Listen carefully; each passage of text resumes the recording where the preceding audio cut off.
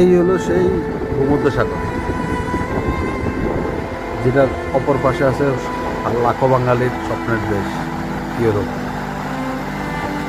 এই একটা সাগর পাড়ি দেওয়ার জন্য কত মানুষ জীবন হারাইছে, অর্থ সম্পদ সব কিছু, ফ্যামিলি, কত মানুষ মারা গেছে, কত মানুষের কত কিছু নষ্ট হয়েছে। এই একটা সাগর,